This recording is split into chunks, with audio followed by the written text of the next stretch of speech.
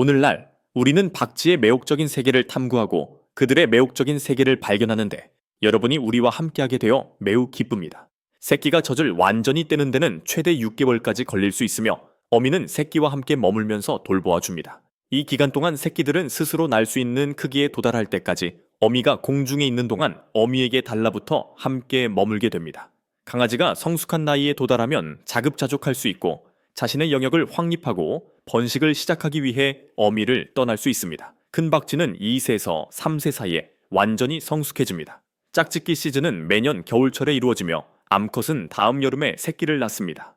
수명이 길어서 야생에서 최대 30년까지 살 수 있는 특정 나려우 박쥐가 있습니다. 반면에 그들은 서식지 파괴, 질병 확산, 밀렵과 같은 위험에 취약하며 이 모든 것이 개체수에 부정적인 영향을 미칠 수 있습니다. 박쥐농장 가공이라는 용어는 박쥐고기, 기타 부산물 및 상품의 제조 및 가공과 관련된 활동을 의미합니다. 박쥐의 번식과 성장, 도살, 내장 제거, 시체 청소, 소비 또는 판매를 위한 고기 준비 등이 모두 이 과정에 포함됩니다. 비료로 사용되는 박쥐 구아노, 전통의학에 사용되는 박쥐 기름, 의류와 액세서리에 사용되는 박쥐 가죽 등 추가 제품의 생산도 박쥐 농장에서 생산될 수 있습니다. 박쥐 사육의 또 다른 이름인 체럽테리컬처는 중국 초기 문명까지 거슬러 올라가는 고대 활동입니다. 이 기간 동안 박쥐는 고기, 모피 및 치료 효과를 수확할 목적으로 가축화되었습니다. 중국에서 박쥐 재배는 당나라 시대 서기 618년부터 907년까지 지속에 시작되어 그 이후 수세기 동안 계속되었습니다. 박쥐는 동굴이나 기타 특수 보호소에서 자랐으며 식단은 식물, 과일, 곤충으로 구성되었습니다. 전통 한의학에서는 박쥐 배설물이 치료 효과가 있는 것으로 간주되어 다양한 질병을 치료하는 데 효과적으로 활용되었습니다. 박쥐 양식은 세계 여러 지역에서도 이루어졌지만 그 이유는 다양했습니다. 아프리카와 남아메리카 전역에서 매우 유용한 비료로 여겨지는 구아노를 수확할 목적으로 박쥐를 사육했습니다. 박쥐는 유럽 전역에서 애완동물로 사육되는 것으로 알려졌으며 어떤 경우에는 곤충 사냥의 목적으로도 사용되기도 했습니다. 박쥐가 인간에게 질병을 전염시킬 가능성이 있다는 사실 때문에 현대 사회에서 박쥐 사육은 논쟁의 여지가 있는 주제가 되었습니다. 박쥐가 코로나19, 광견병, 사스, 에볼라와 같은 인수공통 질병의 매개체로 알려져 있다는 점을 고려하면 박쥐 고기와 박쥐에서 추출한 기타 물질을 먹는 것이 건강에 심각한 위험을 초래할 수 있다는 사실에 주의를 기울이는 것이 필수적입니다. 그 결과 박쥐고기 및 기타 부산물의 상업적 거래는 여러 국가에서 엄격한 규제를 받습니다. 또한 멸종 위기에 처한 야생 동식물종의 국제 거래에 관한 협약은 박쥐 및 박쥐 제품의 국제 거래를 금지하고 있습니다. 결과적으로 일부 국가에서는 박쥐 사육을 금지하는 반면 다른 국가에서는 적절한 청결 및 안전 요구 사항 달성을 보장하기 위해 엄격한 통제를 시행했습니다. 많은 양의 곤충을 섭취하고 식물의 수분을 공급하는 능력으로 인해 환경보호론자들은 박쥐가 생태학적 균형을 보존하는 데 필수적인 역할을 한다고 간주합니다. 따라서 그들은 인간의 목적을 위해 박쥐를 착취하기보다는 박쥐가 살고 있는 자연 생태계의 보존을 주장한다. 오늘의 계획은 무엇입니까? 미국, 중국, 베트남, 세이셸, 필리핀, 인도네시아, 팔라우, 태국, 괌은 환태평양 지역 내에서 박쥐를 소비하는 국가와 문화 중 하나입니다. 박쥐를 소비하는 다른 국가와 문화에는 북미는 아시아, 아프리카, 환태평양 지역이 포함됩니다. 식충 박쥐종의 8%만이 먹이를 찾는 반면 거대 박쥐종의 50%는 먹이를 찾습니다. 마리아나 과일 박쥐는 섬나라 괌에서 별미로 여겨집니다. 필리핀 사람들, 특히 딸라게타알라게 마얀톡 지역 사람들이 먹는 박쥐 아도보라는 식사가 있습니다. 사냥을 할 때마다 현지인들은 수십 마리의 메가박쥐를 포획하여 죽일 수 있습니다. 다음으로 박쥐의 껍질을 벗기고 머리를 자르고 날개를 떼어낸 후 내장을 제거하고 다지고 요리합니다. 마지막으로 날개가 제거됩니다. 구아바는 고기를 부드럽게 만드는 데 사용되며 고기에 양념을 하고 양파, 마늘, 간장으로 볶습니다. 이 준비는 필리핀에서 준비되는 전통적인 아도보와 크게 다르지 않습니다. 인도네시아 북술라웨시 지역의 미나산족은 과일 박쥐로 만든 파니키라는 별미를 준비합니다. 또한 수프, 스튜, 카레 등의 요리도 박쥐고기로 만들어집니다. 박쥐 수프는 팔라우 문화에서 별미로 간주됩니다. 코코넛 밀크와 향신료, 생강을 넣어 만든 팔라우 수프에는 과일 박쥐를 재료로 활용한다. 박쥐 전체를 사용하여 만든 전골은 중국 남부 지역의 일부 식당에서 찾아볼 수 있습니다. 박쥐 스튜로 알려진 요리는 다양한 박쥐로 만든 스튜입니다. 과일 박쥐를 사용하는 등 다양한 식사가 있습니다. 상툼의 프린시페 요리에서 에스투튜파 데 몰코는 박쥐 스튜로 구성된 별미입니다. 이 요리는 일반적으로 성탄절과 축제 기간 동안 축하 행사에서 먹습니다. 1999년 옥스퍼드 식품 동반자에 명시된 바와 같이 과일 박쥐의 맛은 달고기의 맛과 비슷하며 과일만을 주요 영양 공급원으로 섭취하기 때문에 깨끗한 동물로 간주됩니다. 박쥐는 굽고 바비큐하고 튀기고 조이고 볶는 것 외에도 다양한 음식 준비 방법으로 조리할 수 있습니다. 배트의 모든 부위를 튀겨서 조리하여 섭취할 수 있습니다. 박쥐 구아노 생산에는 박쥐의 배설물과 소변이 사용된다. 박쥐는 일반적으로 동굴 안의 거대한 군집에 서식하며 시간이 지남에 따라 배설물이 쌓이면 구아노 및 기타 노폐물 퇴적물이 형성됩니다. 박쥐 구아노가 가장 효과적인 유기비료 중 하나라는 것은 널리 알려져 있습니다. 필수 영양소, 미네랄, 미량 원소가 고농도로 함유되어 있으며 토양의 비옥도와 식물의 건강을 향상시키는 유익한 미생물도 함유되어 있습니다. 박쥐 구안에는 질소, 인, 칼륨의 농도가 높습니다. 모든 영양소는 식물의 성장에 필요합니다. 퇴비, 동물 배설물, 벌레 주물과 같은 다른 유기비료와 비교할 때 박쥐 구안에는 다른 유기비료보다 이러한 영양소가 더 많이 포함되어 있습니다. 박쥐 구아노의 영양분이 시간이 지남에 따라 점차적으로 방출되기 때문에 식물은 장기간 지속되는 영양 공급에 접근할 수 있습니다. 결과적으로 농부는 성장 기간 동안 필요한 비료 시비량이 줄어들기 때문에 시간과 비용을 모두 절약할 수 있습니다. 박쥐 구아노를 첨가하면 토양 질감과 구조가 증가하여 식물 뿌리가 자라는 것이 더 쉬워지고 물과 영양분에 대한 접근이 쉬워집니다. 토양의 물과 공기 저장 능력을 강화함으로써 박쥐 구안에서 발견되는 유기물은 토양의 건강을 개선하는 데 도움이 됩니다. 박쥐의 구아노는 합성 비료와 달리 지속 가능하고 환경에 안전한 대안입니다. 토양의 구조에 해를 끼치거나 수로를 오염시키지 않습니다. 적절한 양의 박쥐, 구아노를 작물에 투입하면 작물의 수확량과 품질이 향상됩니다. 질병에 대한 저항력이 높아지는 것 외에도 식물은 더 많은 양의 꽃과 과일을 생산하며 전반적으로 더 강해지고 건강해집니다. 결론적으로 박쥐 구아노는 환경에 유익할 뿐만 아니라 경제적이고 효과가 뛰어나며 가격도 저렴한 유기비료입니다. 이는 농부와 그들이 재배하는 작물에 많은 이점을 제공합니다. 박쥐에는 다음과 같은 다양한 이점이 있습니다. 1. 박쥐는 인간과 농작물 모두에게 폐를 끼치는 모기, 나방, 파리 등의 곤충을 잡아먹기 때문에 천연 해충 퇴치체입니다. 박쥐는 해충 문제에 대한 자연스러운 해결책을 제공합니다. 이 식물과 작물의 성공에 기여하면서 수분 매개자로서 중요한 역할을 하는 특정한 박쥐 종이 있습니다. 이는 꿀벌과 같은 다른 수분 매개체의 개체수가 감소하고 있는 지역에서 가장 중요해할 수 있습니다. 3. 박쥐는 과일을 섭취하고 배설물을 통해 씨앗을 환경에 배포함으로써 씨앗 확산 과정에 기여하게 합니다. 토양을 비옥하게 하기 위해 박쥐똥의 또 다른 이름인 구안에는 식물의 성장에 필수적인 질소, 인, 칼륨이 고농도로 함유되어 있습니다. 구아노로 만든 천연 비료는 환경에 유익할 뿐만 아니라 경제적입니다. 구아노는 이러한 능력으로 활용될 수 있습니다. 오의학 연구 박쥐가 특정 바이러스를 옮길 수 있다는 것이 연구를 통해 입증되었습니다. 그럼에도 불구하고 그들의 면역 체계는 이들 바이러스에 의해 발생하는 질병을 견딜 수 있게 해줍니다. 결과적으로 이는 인간과 동물 모두에게 영향을 미치는 질병 연구에서 상당한 과학적 발전을 가져왔습니다. 6. 박쥐는 생물 다양성을 온전하게 보존하는 데 필수적인 구성 요소입니다. 농부들은 박쥐 개체수가 계속해서 번창하도록 장려함으로써 농장과 주변 지역의 생태학적 균형을 보존하는 데 기여합니다. 박쥐는 생태계의 균형을 유지하는 과정에서 중요한 역할을 하기 때문에 박쥐의 존재와 생태계의 건강 상태 사이에는 상관관계가 있습니다. 또한 매나 올빼미와 같은 다양한 포식자에게 영양 공급원 역할을 합니다. 역사를 통틀어 박쥐는 다양한 문명과 신앙에서 중요한 위치를 차지해 왔습니다. 어떤 사회에서는 심지어 신으로 존경받기도 했습니다. 구정, 박쥐 동굴과 박쥐를 볼 수 있는 투어는 박쥐의 존재로 이익을 얻는 인기 있는 관광지의 두 가지 예입니다. 이는 인근 지역사회에 상당한 경제적 이익을 가져올 수 있습니다. 일십. 따라서 과학자들은 박쥐의 생존을 보호하기 위해 농업 목적으로 사용하기보다는 자연 서식지를 보존할 것을 제안합니다. 식물의 수분과 엄청난 양의 곤충, 특히 농업 해충의 소비는 박쥐가 생태계에서 수행하는 가장 중요한 기능 중 두 가지입니다. 기존 박쥐 보금자리 보호, 인공 보금자리 조성, 자연 서식지 보존 및 보건은 모두 수행할 수 있는 보존 계획의 예입니다. 알았어.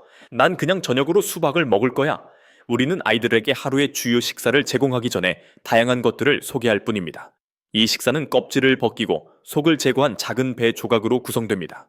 수박은 제가 가장 좋아하는 과일 중 하나입니다. 내 병은 어떻게 됐어요, 엄마? 수박 먹으면서 즐거운 하루 보내세요, 수. 시청해주셔서 감사합니다.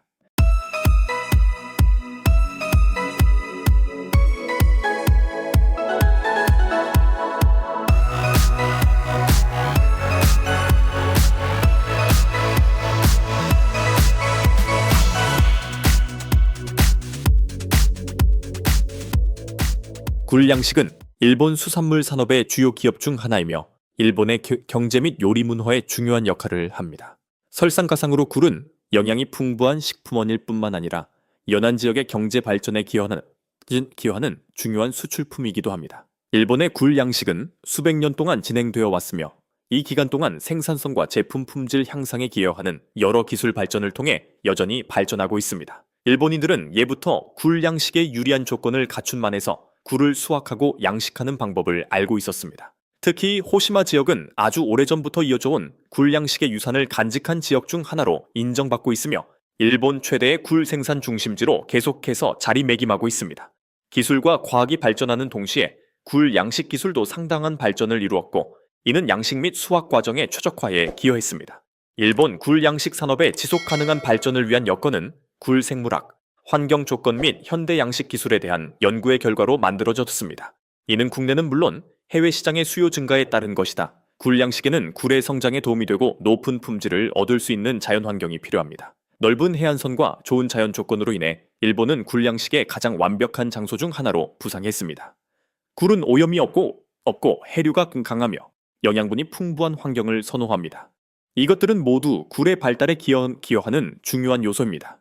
일본에는 뚜렷한 사계절과 계절별 기온 변동이 있어 굴을 비롯한 다양한 수생 생물이 살기에 좋은 환경입니다. 일본은 온대 기후 지역에 위치하고 있습니다. 적절한 기후와 지형 조건으로 인해 히로시마, 미야기, 사가, 오카야마 등 해안 지역은 굴 양식으로 유명합니다. 이 영역은 일반적으로 적당한 깊이입니다. 해저는 영양분이 풍부한 퇴적층으로 덮여 있으며 바닷물의 온도는 섭씨 10도에서 25도 사이로 이 깊이에서 굴이 자라기에 적합합니다. 굴은 쿠로시오나 스시마와 같은 해류에 의해 운반되는 풍부한 천연 식량 덕분에 더 빠르게 성장하고 발달할 수 있습니다. 굴의 성장과 품질을 결정하는 가장 중요한 요소 중 하나는 바닷물의 질입니다. 굴의 성장에 필수적인 조건으로는 산소가 풍부한 바닷물, 일정한 염도, 오염이 적은 환경 등이 있습니다. 일본의 물에는 바다의 바닷물과 큰 강에서 흘러나오는 담수가 혼합되어 있기 때문에 굴은 기수 환경에서 잘 자랍니다. 이 조합으로 굴이 살기 좋은 환경이 조성됩니다. 그 외에도 바닷물의 움직임도 큰 의미를 갖는다. 규칙적이고 활발한 물의 흐름은 충분한 산소와 먹이를 공급하는 역할을 하며 굴 껍질을 깨끗하게 하여 기생충의 번식을 막는 데도 도움이 됩니다. 그럼에도 불구하고 해양 오염, 특히 산업 및 농업 공정에서 발생하는 폐기물로 인한 오염은 굴의 성장에 심각한 해를 끼치고 제품의 전반적인 품질을 저하시킬 가능성이 있습니다. 일본에는 그 우수성으로 인해 전 세계적으로 존경받는 다양한 종류의 굴이 있습니다. 크라소스트리아 기가라고도 알려진 태평양 굴과 슈라소스트리아 니포나라고도 알려진 일본 굴은 가장 광범위하게 양식되고 일본 굴 생산의 대부분을 담당하는 두 가지 유형입니다. 흔히 미야기 굴이라고 불리는 태평양 굴은 일본 국내는 물론 세계적으로 가장 많은 양이 사육되는 굴 종류입니다.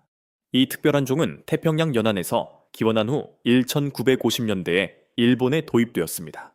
현재 일본에서 생산되는 굴의 대부분은 태평양 굴입니다.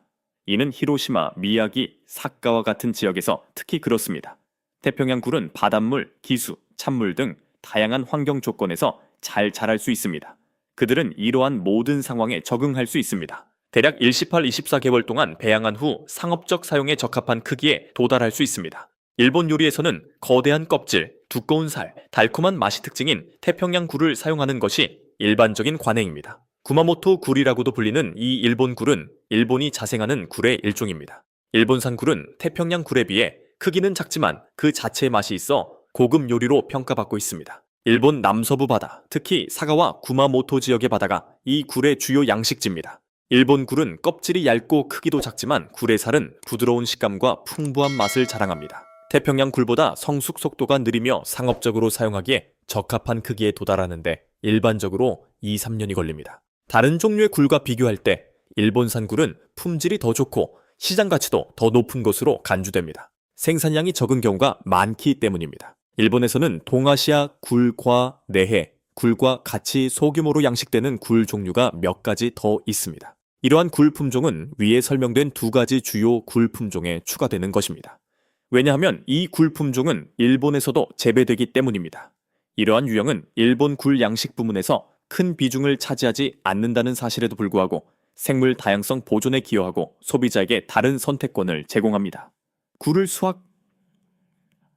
수확하는 과정은 수확된 굴이 가능한 최고의 품질을 보장하기 위해 정확성과 주의가 요구되는 중요하고 복잡한 과정입니다.